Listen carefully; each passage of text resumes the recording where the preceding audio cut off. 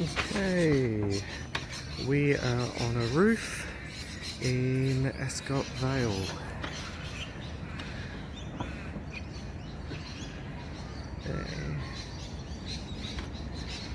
Quite a high roof in Ascot Vale. Okay, then there are bees in this chimney. Yay. According to a thermal camera, they go to about 3 bricks from the bottom. There might be honey below that, so the thermal camera doesn't read honey. There's a few negatives here. 1, it's a double story. 2, they're in the narrow section. Okay, which means... There we go. Which actually means we need to take out the bricks from that side, but we can't work like that. Which means a very tall scaffolding is needed, which is expensive, so yay. This one's definitely not an easy one. Cool times.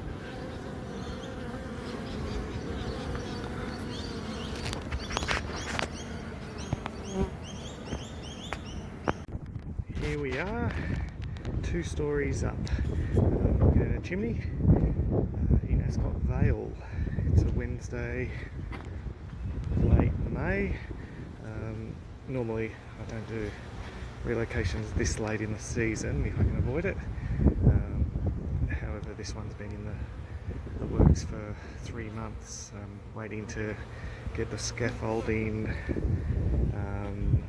the bricklayer and the antenna man all lined up for one particular week, and it just happened it was this one, so but it's all good. You can see heaps of activity from the bees. It's a reasonably nice day, but my dilemma is the scaffolding was late up, and when I pulled the bottom brick, because the thermal image had the heat in the middle, the brick is all honey down below into the roof line, which means I won't have enough daylight hours to finish this job today. So I'm going to leave this like as it is until Friday, so 2 days. Come back early Friday, which is a really nice day, and finish it. We're all set up. We've got the BVAC all the way down there. You can just see the edge of the box way down there. With the hose coming up, because we're so high up, it's a case and almost impossible to carry a heavy box back down all the scaffolding because it's not stairway but scaffolding. We'll be using the BVAC to collect the bees. Each frame that gets framed up will be taken down to ground level and put into the hive box, and then they'll be united back at quarantine. But if I start this now, I'll do more damage than good, so it's better to wait a couple of days. And it's now Friday morning, just after 8, and we are back here at this chimney. Day's glorious, absolutely glorious. Platform and that's got condensation. Everyone's like, okay, just be careful because obviously don't want to slip and fall and die. And the beehive is still where it is. The bees are just waking up and starting to come out. So I've now got a full day ahead of me to get these bees out. I've got my queen cage and marking kit there. It's a plastic queen cage today because I'll be using the bee vacuum to vacuum the bees and then cut the comb. I don't need a metal clip because the queen won't be getting hung in the hive. I'll be putting her physically into the hive during the process, and then when they're back in quarantine I'll go and catch her and actually leave her in the cage for a couple of days. It's just on a high job. We don't get fancy, we just get it done. And this is the hive with our bricks. Okay. It goes down lower, obviously. We just don't know how much lower. The owners only noticed this for a couple of months, so but it looks like it's been here a lot longer than a couple of months. It'll be interesting to see how deep it goes. It's only a brick wide, like you can see in there. It's only a brick wide, like it's a half a brick by a brick. It's not the actual flue. The actual flue is the big cavity. This is just a smaller cavity that's is sort of been built to make the chimney a little wider and to give it more support, but because it wasn't capped off, we now have these in it. I've been working for a while now, and slowly pulling the hive out. What's interesting is the sheer number of foragers. I vacuumed for about 45 minutes just foragers, and we've still got a stream of foragers, so I suspect this hive does go a lot deeper down the hive, down the chimney, so it's going to be interesting just to see how deep it goes, but they always make it fun for me. Okay, I've obviously been pulling a lot more out. Unusually I'm seeing drones in this hive. At this time of the year we don't normally see drones, but the good news is I've started to see brood. If it had been honey all the way to where I pulled the bottom brick out, it means the hive was going to be a bit bigger. It's still going to be big, but at least one now I'm starting to see brood. I might not have to take wiffle boards off down the side of the house to close the rest of the chimney. I might be able to get it all from the top, so that's good. You can't really see it in there, but there's drone brood there as well, so that's really unusual at this time of the year. So yeah, normally at this time of the year the girls are killing off the boys and packing themselves down for winter, but not in this hive. So anyway, we'll start framing up the brood, and soon we'll know how deep this thing goes down. Okay, so now the fun really begins. The hive goes down at least a metre down below where it is now,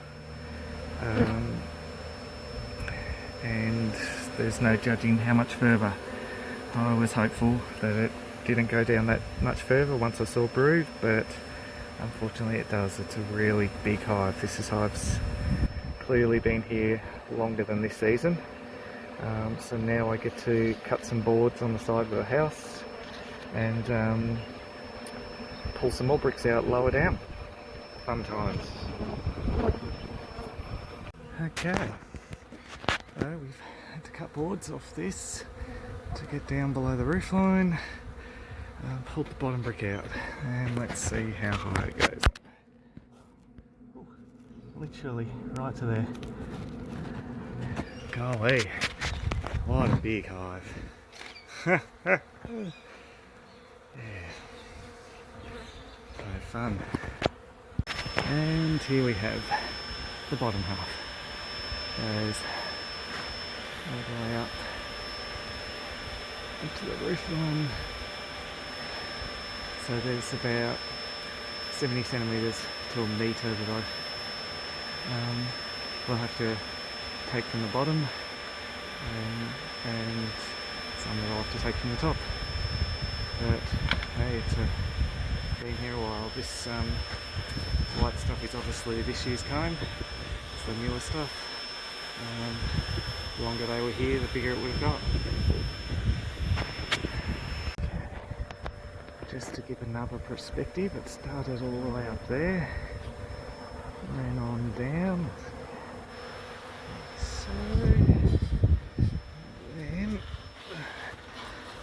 it continues on down. What a nice hive. Difficult, but nice. Okay, so some of the comb fell. As I cut it, it was too big a piece for me to hold, so unfortunately some of it fell. Queen was in the cluster just in there, and she's now in the cage over here. Oof. She's in here. I'm just going to mark her up and then frame this up, put it in the her in the box with the rest of the bees, and then come back in a few hours and vacuum up the bees that aren't robber bees. It's been a really frustrating cutout, that's for sure. It was all going smoothly until it went way deeper than it should have. Okay. And there is the queen with the purple dot on her back. So we'll just let that dry, put her in back in the queen cage. I'm going to unite the boxes here and sort it out nearer to dark. Okay, I've come back. It's later in the day now. We've got a cluster of bees there and a cluster of bees going up there, and pretty much the rest is all deserted.